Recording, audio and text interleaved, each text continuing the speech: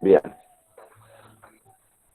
Vamos a la filmina 18, donde empezamos con el detalle de lo que es el activo del Banco Central, ¿no? Tenemos reserva de oro, divisas y otros activos externos. En la actualidad el oro no está en circulación como dinero y de hecho no desempeña ningún papel.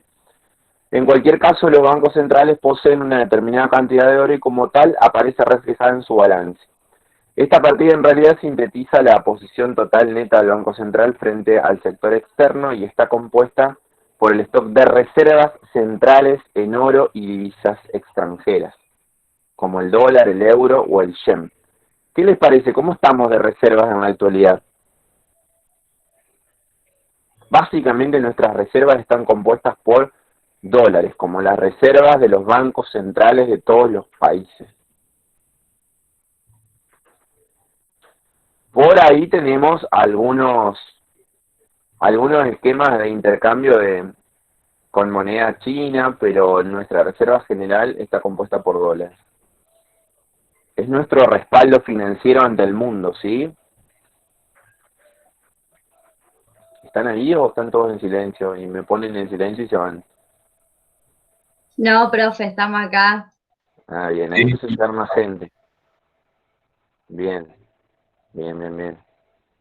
Perfecto, buenísimo. Títulos públicos. Miren ustedes, títulos públicos. Algo que se utiliza un montón y que la mayoría no tienen ni idea. Uno de los instrumentos más importantes para llevar a cabo la política monetaria son las operaciones de mercado abierto mediante la compra y venta de bonos emitidos por el gobierno. Las tenencias de títulos públicos por parte del Banco Central se reflejan en esta partida. ¿A qué vamos con esto? Cuando el gobierno nacional, por ejemplo, se endeuda y le vende títulos públicos al Banco Central, ¿quién es el que pone el recurso ahí? El Banco Central, ¿sí? Entonces, si el Banco Central pone el recurso, tiene un activo. Y el gobierno, que es el que se endeuda a través de su Tesoro Nacional, tiene un pasivo, una obligación con el Banco Central. Eso vendría a conformar lo que significa un título público, que es de utilización habitual entre el Banco Central y el Tesoro Nacional. ¿Se entiende un poco esa cuestión? Necesito que alguien me diga que sí o que no. sí, sí. Créditos al sistema financiero del país representan los activos que posee el Banco Central sobre las instituciones financieras por préstamos que le ha conseguido. Acá es lo mismo que al Tesoro Nacional, pero a las entidades financieras privadas, cosa que no tiene tanta actividad, digamos. Los bancos están llenos de plata, no tienen tantas urgencias como si tiene, a ver si no hay nadie que yo de vez en cuando miro, a ver si hay alguien que está escribiendo en el chat. Buenas noches, Belén, ¿cómo estás? Está sonando la renga, a ver qué tema. ¿Alguien ha ido a ver en vivo la renga?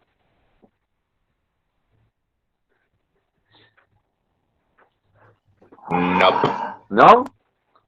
Son una de las bandas más impresionantes que hay en Argentina. ¿Cómo convocan? Después del Indio, no sé si hay alguno que convoque tanto. Seguimos. Entonces tenemos las reservas, que generalmente son dólares, los títulos públicos, que son las deudas del Estado Nacional con el Banco Central, y los créditos al sistema financiero del país. Eso conformaría a grandes rasgos lo que sería el activo del Banco Central. ¿Sí? En ese marco también vamos a adelantos transitorios al gobierno, que son otro tipo de créditos, pero también son con el gobierno nacional, como para que lo lean ahí y lo tengan en cuenta. Y ahora vamos a lo que es el pasivo. Si no hay nadie que se conmueva. No, bien. ¿Qué sería el pasivo entonces? Para los que nunca vieron, y lo reitero, para que hagan un equilibrio así de sus vidas, en la mano derecha, o podría ser una mano izquierda, tenemos el activo, que son nuestros recursos, y el pasivo, que son nuestras obligaciones, nuestras deudas. ¿sí? Entonces nos paramos como Banco Central. Dentro de los recursos tenemos lo que es las reservas, los préstamos a las entidades financieras y los préstamos al Estado, ¿sí? Ahora vamos a lo que son las obligaciones o deudas del Banco Central. Y acá hay una que es muy grande y que en la actualidad tiene una vigencia enorme, y creo que lo dimos el otro día, pero lo vamos a repetir, porque no es menor. No me gusta esa canción y es muy... Vamos a poner esta que era la cortina de un programa de radio que hacía hace 10 años.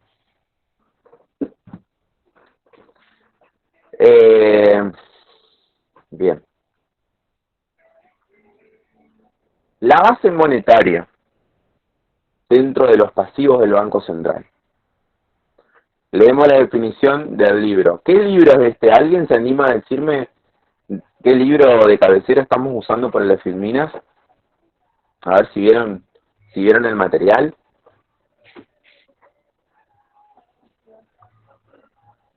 ¿Sí o no? Bueno.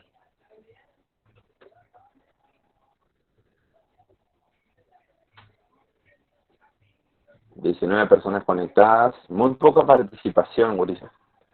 Me gusta que me repregunten o no sentirme tan solo acá, como que hablo y ponen el micrófono y se fueran a hacer cualquier cosa.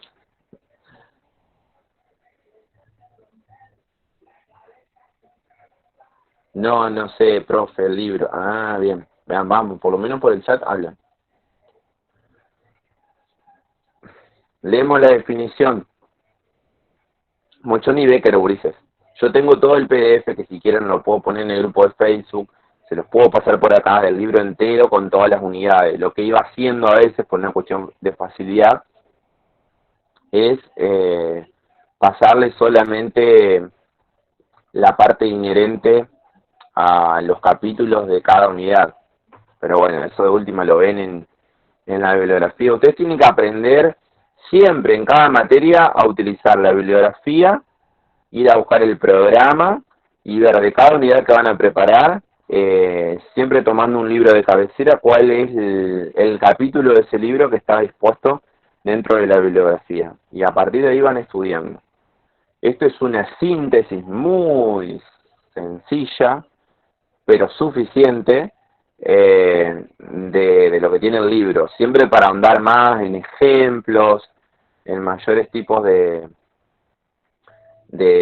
elementos que le permitan entender mejor la materia, tienen que ir al libro. Al libro o a los libros. Hay muchos dentro de la bibliografía. Me salió medio como un expresidente, medio mezclado.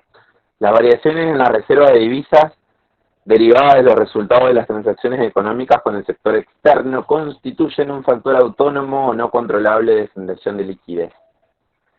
El Banco Central puede controlar el crédito al sistema bancario y al influir sobre este tratará de mantener la base monetaria. Es decir, el Banco Central baja. Bueno, esto es a modo de anécdota.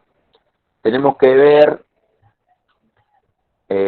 básicamente, cuando hablábamos de base monetaria, que era lo que se conformaba por el efectivo y los depósitos en bancos que están en poder del público, ¿sí? Y eso para el Banco Central es un pasivo.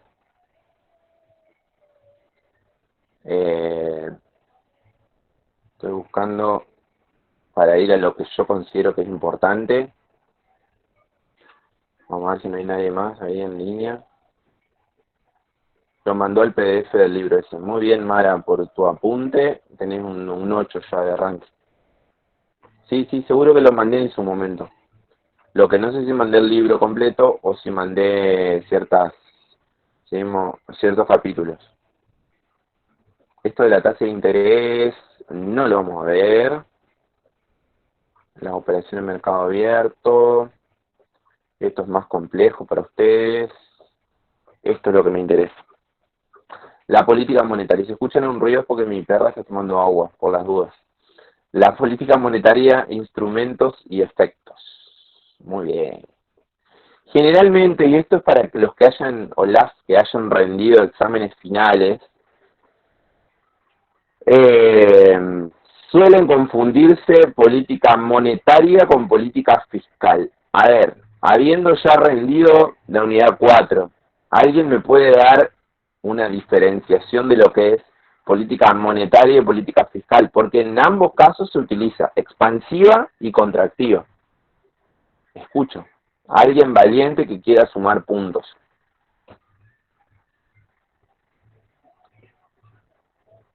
Y no voy a hablar hasta que alguien no conteste.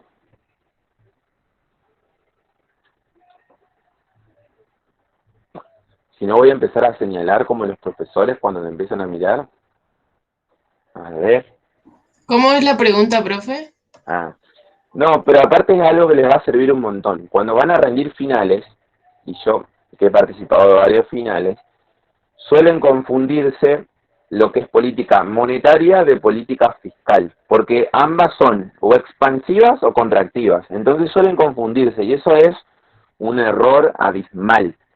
Las políticas fiscales están dentro de la unidad 4 y tienen que ver con las políticas que lleva adelante el Estado Nacional a través del Tesoro Nacional. Y las políticas monetarias son las que lleva adelante el Banco Central, que es un organismo autónomo, ¿sí? Pero también son expansivas y contractivas. Ahora vamos a ver cuáles son sus incidencias. Pero es importante que tengan en cuenta ese discernimiento, esa diferenciación, y cuando les llegue la pregunta, si les toca hacer, ojalá que todos aprueben y saquen la materia en un promocional, pero después van a ver macroeconomía para poder recibirse de licenciados, de licenciadas o de licenciadas. Y ahí van a necesitar no confundirse en algo tan esencial como eso. Fiscal, unidad 4, Tesoro Nacional. Monetario, en unidad 5, Banco Central. ¿Sí? ¿Se entiende un poco hasta ahí? Cuando hablábamos en el fiscal de expansivo y de contractiva, hablábamos de inyectar recursos o no, de políticas activas a través del Estado, como era el IFE y demás, o de aumentar impuestos, que vendría a ser una política contractiva. Bueno, en este caso vamos a hablar de las políticas monetarias del Banco Central, ¿sí? Si son del Banco Central, son monetarias. En el caso de una política monetaria expansiva, incrementa la oferta monetaria haciendo que la tasa de interés se reduzca. Tiene una relación inversamente proporcional. Es un término que seguramente lo han escuchado en... Qué feo ese gráfico. Lo han escuchado en el colegio, en matemática. Seguramente a la mayoría de ustedes no les gustaba para nada matemática. ¿O sí? No, para nada. Y la política monetaria contractiva es la que desplaza la curva de oferta hacia la izquierda, ahora vamos a ver nuevamente el gráfico, elevando la tasa de interés del mercado. La política monetaria expansiva es la que inyecta recursos, aumenta la oferta en el mercado, y la contractiva es la que tiene el mismo efecto que lo fiscal, ¿no? Es la que reduce la oferta. Y ambas son inversamente proporcionales con la tasa de interés. Acá tenemos, por ejemplo, si el Banco Central lleva a cabo una política monetaria restrictiva o contractiva, reduciendo la oferta de saldos reales, la tasa de interés experimenta una suba. Partimos del I sub 0 y vamos al I sub 1. ¿Sí? Cuando la política es contractiva, la oferta disminuye, es decir, que se traslada a la izquierda. Y cuando la política es expansiva, la oferta aumenta, como en este caso, es decir, que se traslada hacia la derecha, con lo cual la tasa de interés disminuye.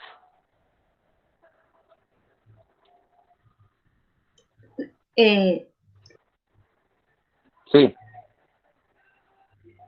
Diga. Contractiva cuando la oferta disminuye. Y La expansiva, contractiva, exactamente. Expansiva cuando la oferta aumenta. Contractiva cuando la oferta disminuye. Siempre utilicen el término oferta monetaria. Nunca hablen de oferta sola. Si la pregunta es así, y también sepan vincularlo con la tasa de interés. ¿Se entiende un poquito? Sí, sí, sí. La unidad 5 llega hasta acá, pero lo que vamos a hacer ahora es un repaso. Yo les voy a copiar en el grupo, ya en este momento, preguntas de la unidad 5, ¿sí? Que es la guía de estudio. A ver un poquito, unidad de estudio.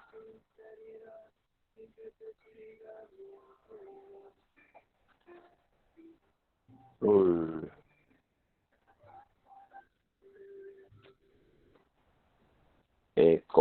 No me...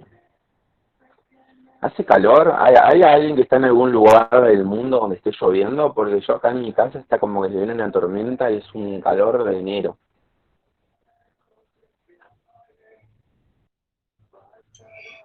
Sí, mal, parece como que va a llover, pero no llueve. En Buenos Aires, como la tarde se hizo de noche, así, de la nada. ¿Sí? Bueno, ahí les muestro, les compartí en el grupo la guía de estudio de la unidad 5, ¿sí? Para que ya tengan y vayan avanzando. Y vamos a ir repasando. Yo les voy diciendo dónde está cada una de las preguntas, como para que sea más práctico de sobrellevar. La primera, que es la oferta monetaria, les voy a ir diciendo dónde está la respuesta. Está en la filmina 3, ¿sí? Bien, ya la vimos la semana pasada. La pregunta número 2, ¿cuáles son las funciones del dinero? Describa una. En la filmina 4 están las 3 funciones del dinero y ustedes tienen que describir una de esas 3 que están en las filminas siguientes, en las 5, en las 6 y en las 7. ¿Sí? ¿Se entiende? Más que nada, más que se entiende, tienen que ir tomando nota o grabando. Profe, ¿Qué es el disculpe. Sí, diga, no hay ningún problema. Hace un rato entré, no entiendo de lo que está hablando. Eso lo dimos la semana pasada. Yo tengo eso copiado. Y usted dijo algo de unas preguntas, pero eran tipo preguntas parciales. Ahora de lo que está hablando, que es un TP. No. Vieron que después de cada unidad, ahora ya terminamos la unidad 5 que faltaba prácticamente nada. Después de cada unidad, como una ayuda para que ustedes más o menos logren sintetizar la materia, yo les hago 10, 15, 12, 9, 8 preguntas que son para mí, a mi criterio, las más importantes de la unidad, ¿sí? Bueno, lo que estamos viendo ahora y que le acabo de compartir en el grupo de WhatsApp es la guía de estudio de la unidad número 5, ¿sí? Es como para que ustedes puedan de alguna manera decir, esta es la síntesis más importante de contenido que dimos de la unidad 5. Y ahora les estoy indicando de esas preguntas, de esa guía, dónde están las filminas que responden a esas preguntas. ¿Se entiende? Sí, Que después de gracias. esas preguntas terminan siendo básicamente como lo esencial que hay que saber para los exámenes. Qué grande. ¿Qué es el BCRA? ¿Cuál es su función fundamental? Vamos a la filmina número 9, ahí está, que es el Banco Central, lo vimos la semana pasada.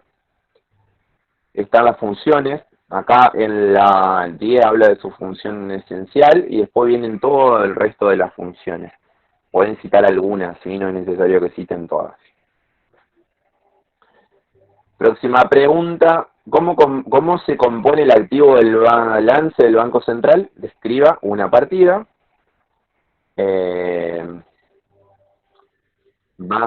Fíjense todo lo que demandan las funciones.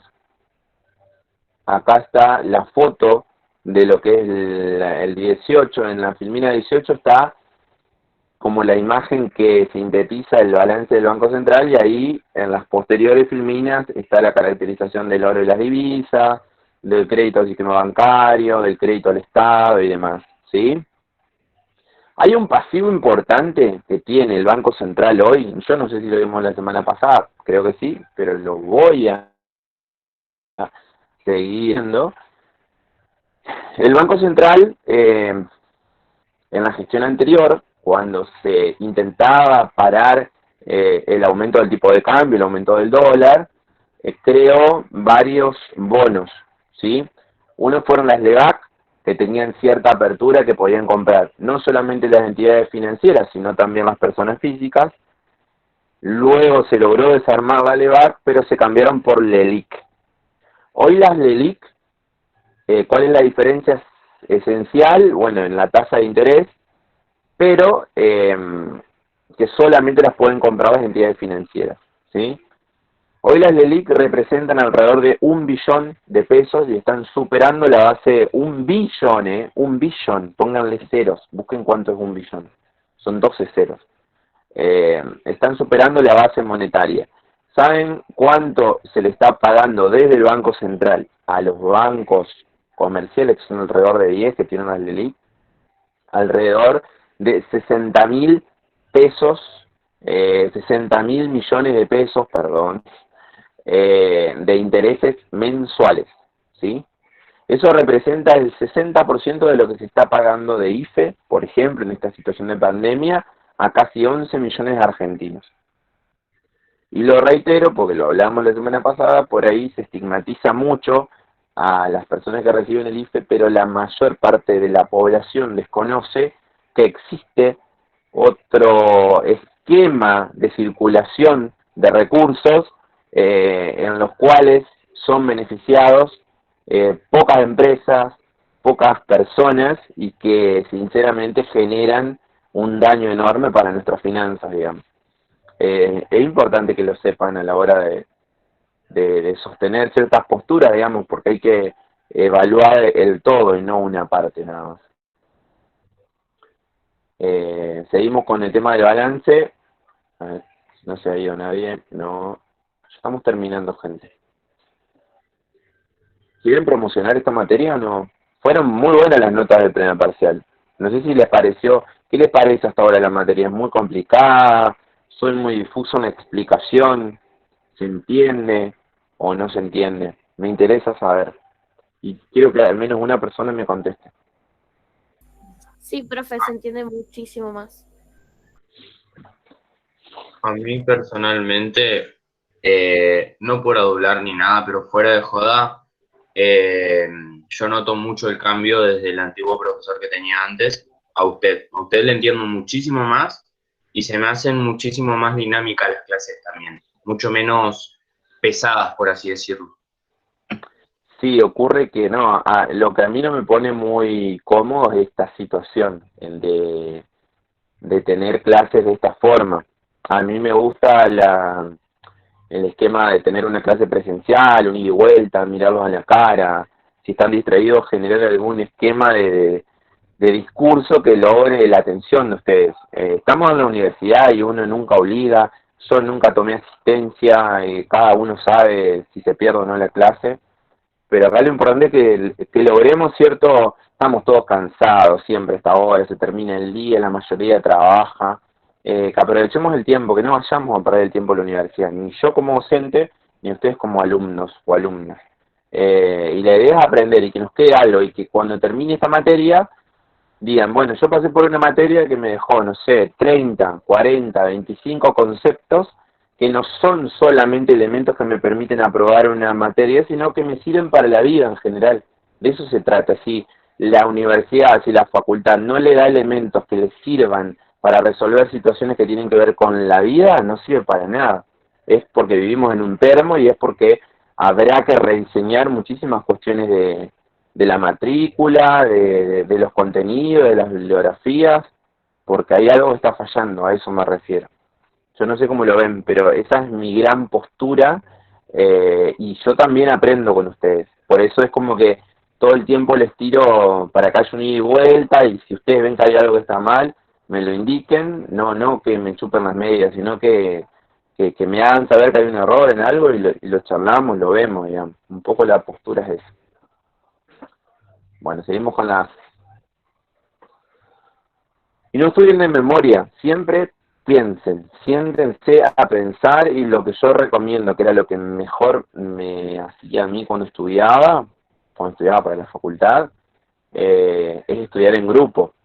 que generalmente uno boludea mucho más en grupo, charla de otros temas, qué sé yo, pero cuando estudiás de verdad y empezás a interactuar y empezás a debatir y a discutir y diferentes posturas, es donde más te queda. En ese debate aprendes mucho más que si estudiás y lees de memoria y tratás de hacer así todo el tiempo.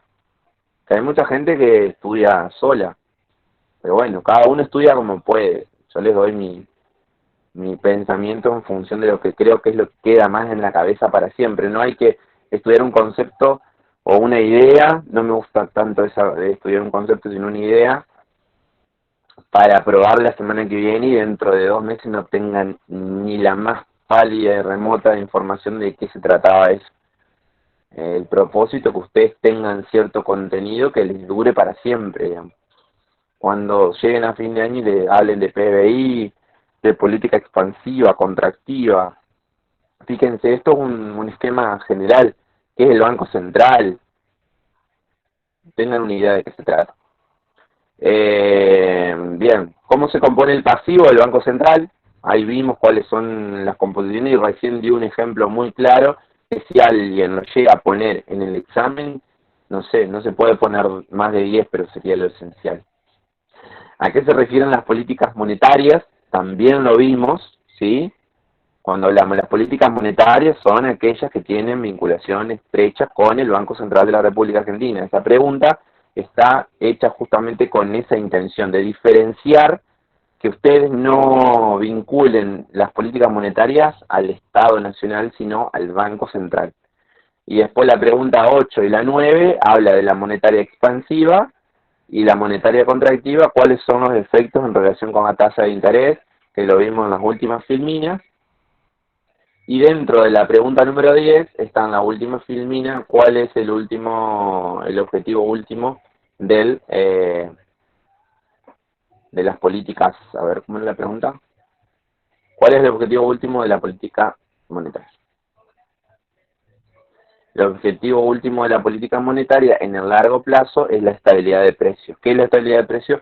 Controlar el aumento de precios, es decir, la inflación. Controlar la inflación. A corto plazo, las autoridades monetarias determinan en qué medida están dispuestas a apartarse de ese objetivo si tiene lugar una fuerte caída en la actividad económica. Pero en el largo plazo siempre es la estabilidad de precios. Y es lo que hacían desde la gestión anterior, reitero, cuando generaban ese bono, que tenía el objetivo de que no aumente el dólar. Y si aumenta el dólar, ¿qué es lo que aumentan? Los precios. Entonces siempre la política monetaria va a tener el objetivo ese central de proteger el valor de las cosas que generalmente no se da en su mayoría de los casos. Gente, hasta acá más o menos llegamos con la unidad 5.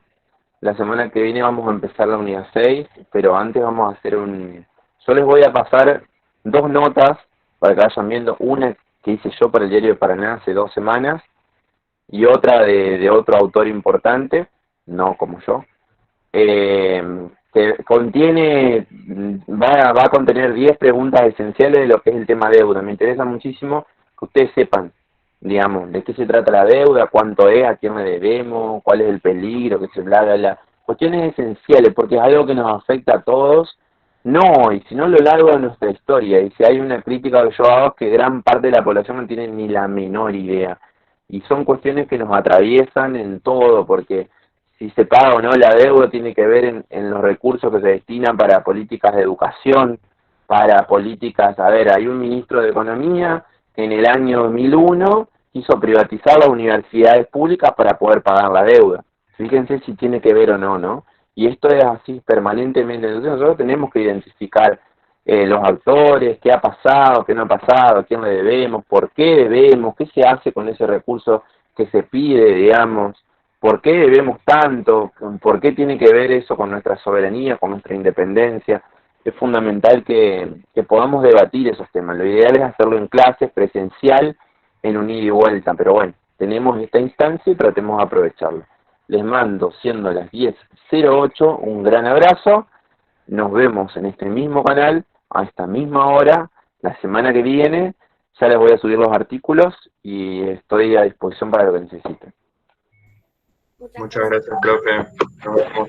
Gracias, Adiós. profe. Gracias, profe. Nos vemos. Adiós. Profe, nos vemos.